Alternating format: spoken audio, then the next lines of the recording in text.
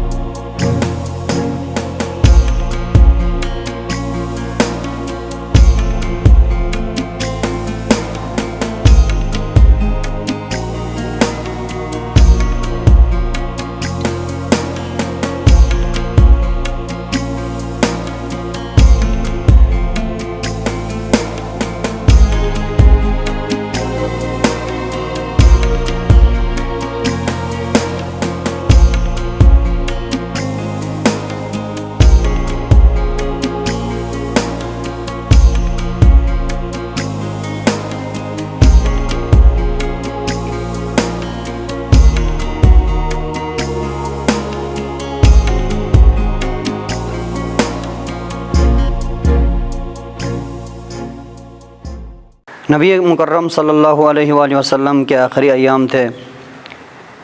ایک دن دروازے پر دستک ہوئی۔ بیوی نے پوچھا کون؟ کہا کہ اندر آنے کی اجازت ہے؟ جب کہا کہ میرے بابا اس وقت بیمار ہیں، آرام کر رہے ہیں، تو واپس چلے گئے۔ دوسرے دن دوبارہ سے دستک ہوئی۔ پھر بیوی نے کہا کہ میرے بابا اس وقت بیمار ہیں، واپس چلے گئے۔ پھر تیسرے دن پھر سے دستک ہوئی، جس کے بعد بیوی نے اپنے بابا سے کہا بابا یہ تو آج تیسری مرتبہ یہ تنگ کر رہا ہے کہ یہ کون ہے؟ تو رسول اللہ نے کہا کہ بیٹی یہ آپ کے گھر کا اور آپ کے در کا شرف ہے۔ یہ وہ شخص ہے جو کسی کے پاس جانے کے لیے اجازت نہیں مانگتا، لیکن آپ کے گھر کا شرف یہ ہے کہ یہ اجازت لے کے آنے کی کوشش کر رہا ہے۔ یہ ملک الموت ہے، اس کو آنے دیجیے۔ رسول اللہ صلی اللہ علیہ وآلہ وسلم اس دنیا سے رخصت ہوئے۔ بیوی نے گریہ کیا۔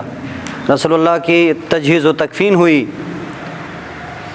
کچھ ہی دن گزرے تھے، اسی بیوی کے در پہ، جس کے در پہ اسرائیل بھی بغیر اجازت کے اندر نہیں آ سکتا تھا، لیکن امت اس در پہ آگ لگانے کے لیے حاضر ہوئی۔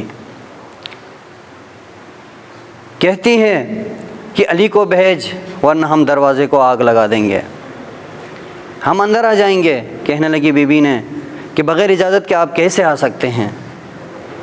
دوبارہ آسرا کیا کہ کھول دیجئے اور علی کو بھیج دیجئے ورنہ ہم دروازے کو آگ لگا دیں گے۔ یہی امت آخر کار آگ لے کر دروازے پہ پہنچتی ہے، دروازے کو آگ لگاتی ہے۔ بی بی دروازے کے پیچھے ہے، دروازے کو دھکا لگایا گیا۔ جیسے ہی دروازے کو دھکا لگایا گیا تو بی بی دروازے کے نیچے آ گئی۔ امام حسن اور حسین دیکھ رہے تھے لیکن کچھ نہیں کر پا رہے تھے۔ دشمن نے اور امت نے علی کے گلے میں رسی ڈال کر علی کو قیدی بنا کر لے گئے۔ بی بی نے آواز دی کہ یا فضہ خذینی، اے فضہ مجھے سہارا دیجئے، میری مدد کیجئے۔ جیسے ہی پتہ چلا بی بی کو کہ علی گھر میں نہیں ہے، علی کو گلے میں رسی ڈال کر لے گئے ہیں، جیسے ہی پتہ چلا اپنا زخم بھول گئی۔ بی بی زخمی ہے لیکن امامت اور ولایت کی حفاظت اپنا فرض سمجھ کر اپنا زخم بھول گئی اور دربار چلی گئی، اور دربار میں جا کر کہا کہ علی کو چھوڑ دیجئے ورنہ میں بد دعا کروں گی۔ بالآخر یہی بی بی زخمی حالت میں ولایت اور امامت کی حفاظت نہیں بھولی۔ غدیر کے وعدے لوگوں کو یاد دلائے کہ جب نبی مکرم نے غدیر میں ولایت علی کا اعلان کیا تو اس وقت ان سے اقرار لیا تھا کہ کیا میں تمہارے نفسوں سے زیادہ تمہارے نفسوں پر میں اولویت رکھتا ہوں؟ تو سب نے کہا تھا کہ ہاں آپ ہی اولویت رکھتے ہیں۔ وہاں پر سب نے کہا۔ اسی وقت رسول اللہ صلی اللہ علیہ وآلہ وسلم نے کہا کہ من کنت مولا ہو فہذا علی مولا، کہ میں جس کا مولا ہوں اس کا علی مولا ہے۔ اس اعلان کے بعد یہی لوگ علی کے پاس آتے ہیں، بخن بخن کا اعلان کرتے ہیں، مبارک ہو اے علی، مبارک ہو، آپ ہمارے اور سب کے مولا ہیں۔ اسی بی بی کے در پہ آگ جب آتی ہے، اسی بی بی نے غدیر کے وعدے یاد دلائے زخمی حالت میں، لیکن یہ بی بی جب گھر میں گریا کرتی تھی تو لوگوں نے آ کے اعتراض کرنا شروع کیا کہ اے علی، زہرا سے کہیں کہ یا دن میں گریا کریں یا رات میں گریا کریں تاکہ ہم کچھ آرام کر سکیں۔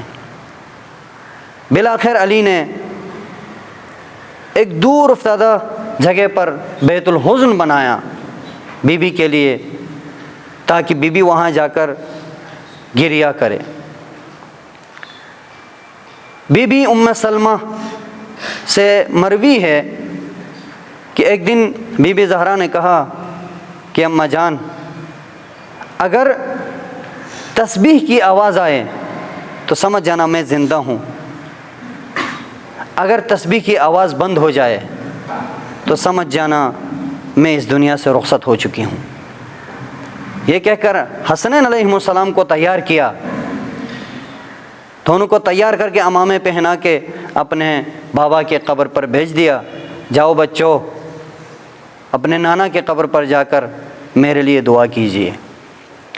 حسنین علیہ السلام دونوں چلے گئے، بی بی اپنے حجرے میں چلی گئی۔ بی بی کی جب تسبیح کی آواز بند ہو گئی نا تو سمجھ گئے کہ بی بی اس دنیا سے رخصت ہو گئی ہے، بی بی کی شہادت واقع ہوئی ہے، بی بی شہادت پر فائز ہوئی ہے۔ آسمان ملائکہ نے تسبیح و تقدیس چھوڑ دیے۔ سر میرے دماغ میں کچھ عجیب و غریب سے سوالات ہیں جن کی وجہ سے میں صحیح سے ورزش نہیں کر پا رہا۔ آخری ایام میں پیغمبر اکرم کی بیماری نے شدت اختیار کر لی تھی، تو حضرت فاطمہ زہرا نے